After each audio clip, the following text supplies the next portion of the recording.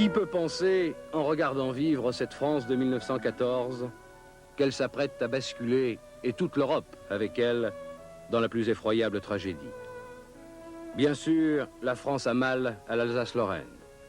Et la haine du voisin est très forte, il ne porte qu'un nom, le Boche. Mais personne ne veut croire vraiment que la guerre soit possible. La paix dure maintenant depuis près de 45 ans. C'est le temps de l'alliance franco-russe. L'entente cordiale a succédé à la vieille rivalité avec l'Angleterre. Pourtant, les périls sont bien là.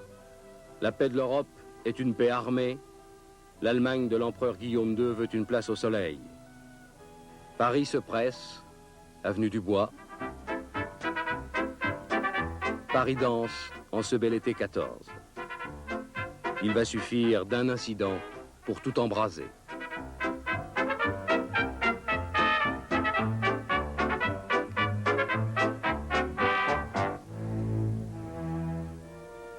Le 28 juin, la nouvelle de l'assassinat d'un archiduc autrichien à Sarajevo n'inquiète pas outre mesure. L'héritier du trône d'Autriche est tombé quelque part dans les Balkans, sous les balles des terroristes serbes. C'est bien loin et c'est bien compliqué. La machine infernale est amorcée. L'Allemagne se déclare en danger et commence ses préparatifs. La tension monte brutalement. À Paris, Jaurès est assassiné. En Allemagne, comme en France, les socialistes vont se rallier à l'Union sacrée. Le système des alliances fonctionne comme une mécanique implacable qui jette les nations les unes contre les autres. L'Allemagne déclare la guerre à la Russie le 1er août.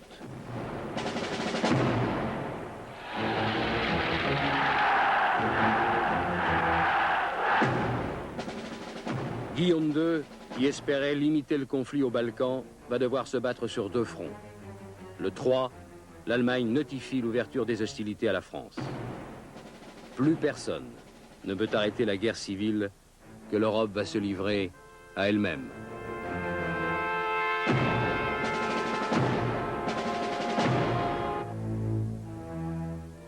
Le 1er août, la France mobilise.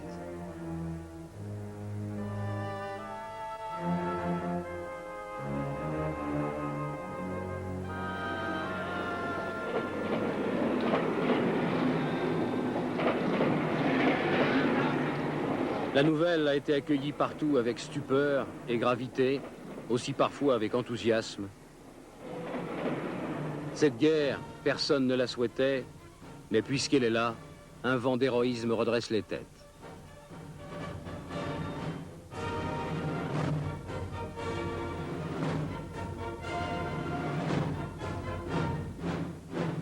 L'état-major redoutait des milliers d'insoumis, il n'y en aura qu'un pourcentage négligeable. Tout le monde croit à une guerre courte. Dans les campagnes, les gars qui partent s'inquiètent pour les moissons, mais espèrent être rentrés pour les vendanges. Au plus tard, à Noël.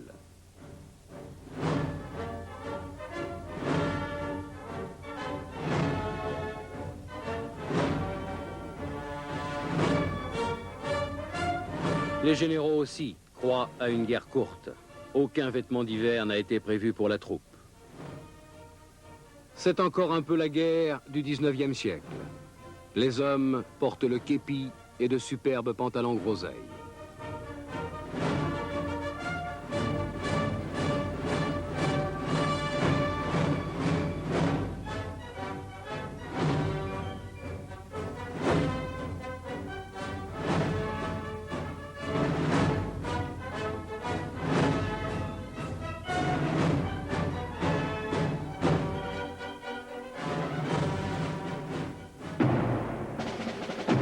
L'Allemagne aussi espère une guerre rapide. 2,5 millions d'Allemands sont immédiatement mobilisés. Les 2 armées, sur le papier, sont de forces à peu près équivalentes.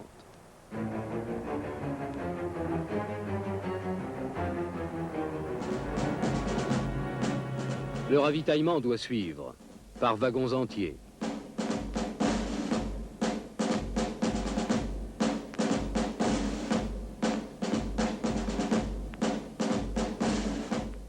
La viande fraîche, elle, gagne le front par ses propres moyens.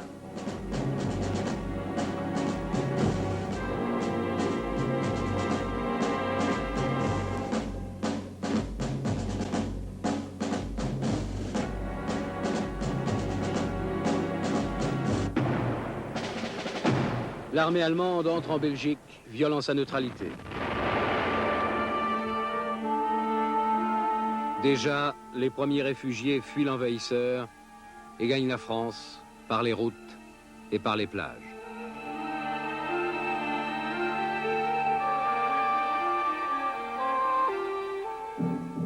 L'Angleterre entre dans le conflit le 4 août.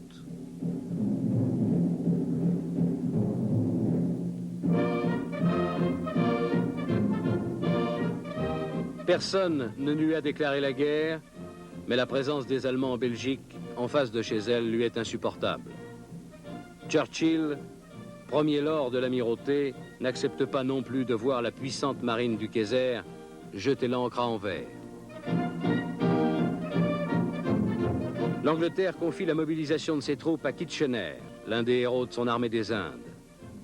100 000 hommes vont venir combattre aux côtés des Français.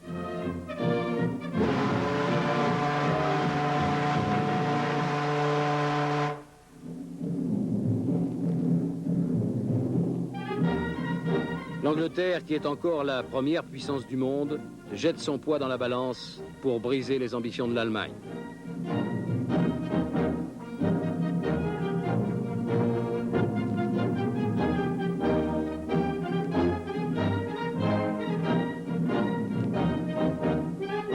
En 1916, 70 divisions supplémentaires vont venir combattre en Europe.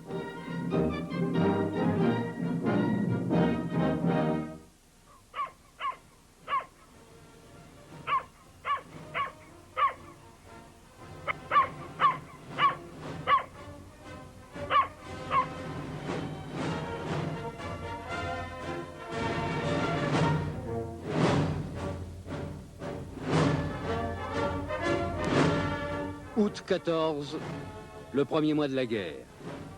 La plus grande boucherie de l'histoire moderne va commencer.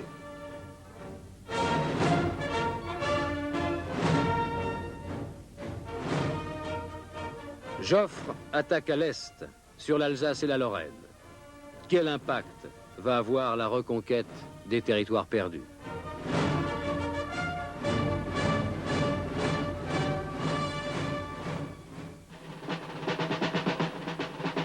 Hélas, les premières batailles sont autant de déconvenues pour les Français.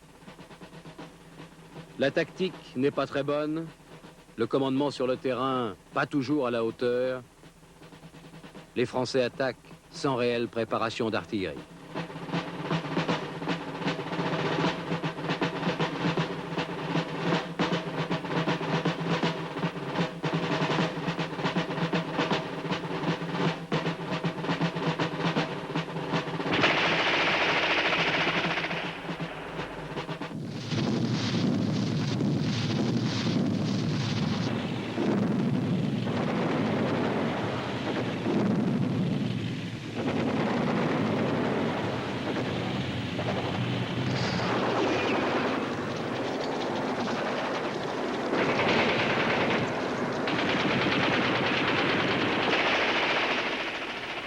Les soldats français sont déconcertés par la puissance de feu allemande.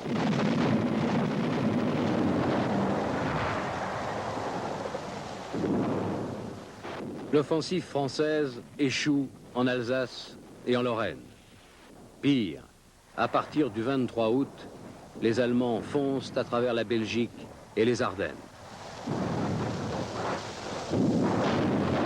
L'armée française doit battre en retraite. Joffre doit maintenant songer à défendre Paris. Le pays est stupéfait. Des cavaliers prussiens ont été aperçus à 17 km de la capitale.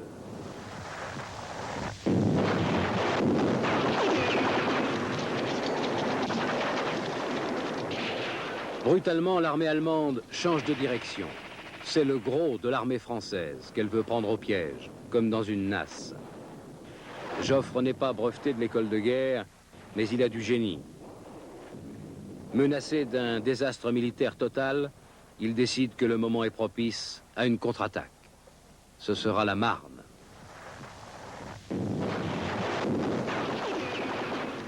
Foch, à la tête de la 9e armée, va lancer son ordre du jour historique.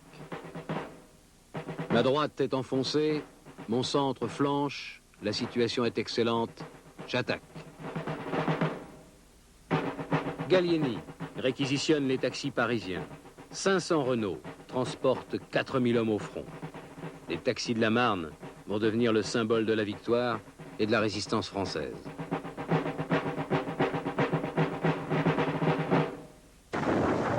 La bataille se déclenche le 6 septembre. Elle va durer 3 jours.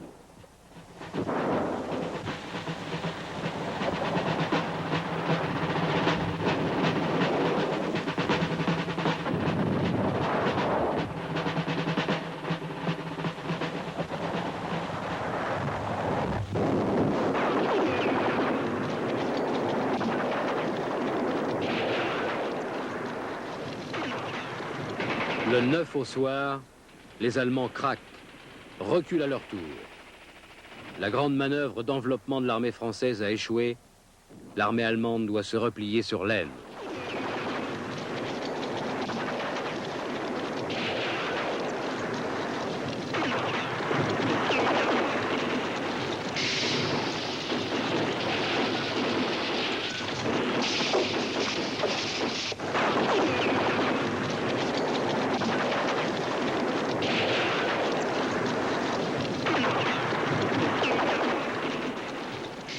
En octobre, le front se stabilise enfin, de la Manche aux Vosges. Les armées sont épuisées, les munitions manquent, l'été des généraux est terminé. La grande guerre de mouvement a fait 200 000 morts et elle n'a pas permis la victoire. C'est une autre guerre qui va commencer. Guerre de siège, guerre d'usure, les deux armées s'enterrent dans ces tranchées de France qui vont devenir le quotidien du soldat pendant 3 longues années.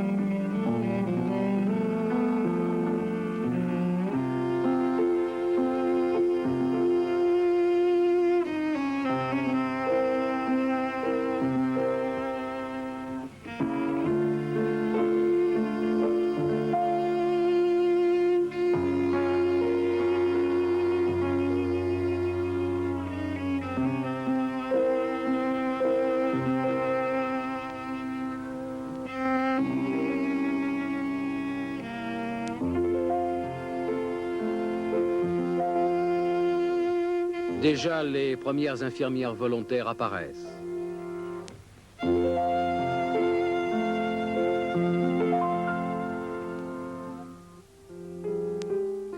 En face, souvent à portée de voix, les tranchées allemandes. Elles sont, dit-on, mieux organisées que les françaises.